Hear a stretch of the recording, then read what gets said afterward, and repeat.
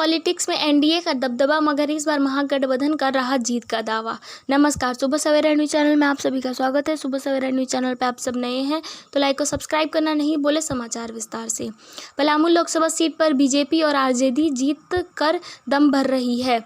Palamu Lok Sabha seat के इतिहास की बातें करें तो अक्सर यहां सांसद बदलते रहे हैं, पर वर्तमान में पिछले 10 साल से भाजपा के बीडी राम सांसद है।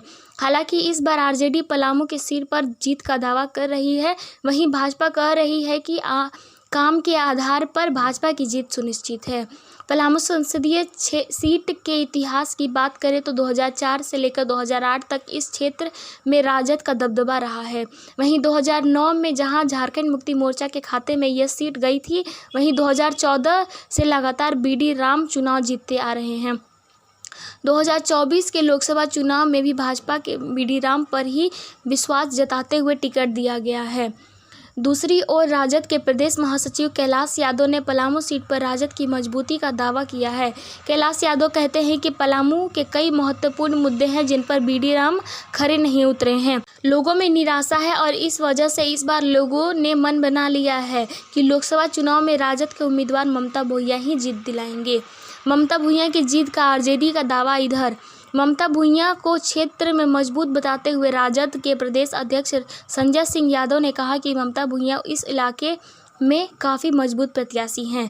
ममता भूइया को अतिरिक्त मजबूती देने के लिए उनके नामांकन के दिन यानी 24 अप्रैल को तेजस्वी यादव और मुकेश सहानी भी पहुंच रहे हैं और इस बार जनता ने भी मन बना लिया है। हालांकि क्षेत्र के हिसाब से समीकरण की बात करें तो पलामू लोकसभा में 6 विधानसभा आते हैं, जिसमें से डाल्टनगंज, विश्रामपुर, हुसैनाबाद, गढ़वा, छतरपुर, भवनाथपुर विधानसभा शामिल है। इस विधानसभा में फिलहाल 5 पर या जहां भाजपा उनके घातक दल के विधायक हैं तो वहीं एक सीट पर गढ़वा जेएमएम के खाते में है। भाजपा कर रही हैट्रिक लगाने का दावा।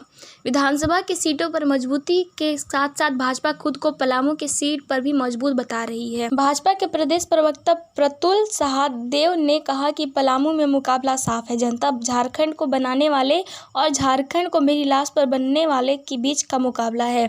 बीडी राम पिछले 10 वर्षों से जनता के बीच काम कर रहे हैं और इस दौरान उन्होंने कई महत्वपूर्ण काम भी किए हैं, चाहे वो इंफ्रास्ट्रक्चर की बात हो चाहे रेलवे की।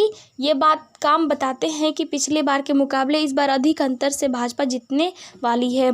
फिर चाहे तेजस्वी यादव वहाँ प्रचार कर ले या फिर लालू यादव, वहाँ कोई फर्क नहीं पड़ने वाला। बहरहाल पलामू संसदीय सीट पर मुकाबला दिलचस्प है और अब देखना होगा कि दोनों पार्टी के अपने अपने दावे के बीच जब पहले चरण का चुनाव होगा तो जनता किसके साथ जाती है और पलामू में जीत का ताज किसके सर सजता है।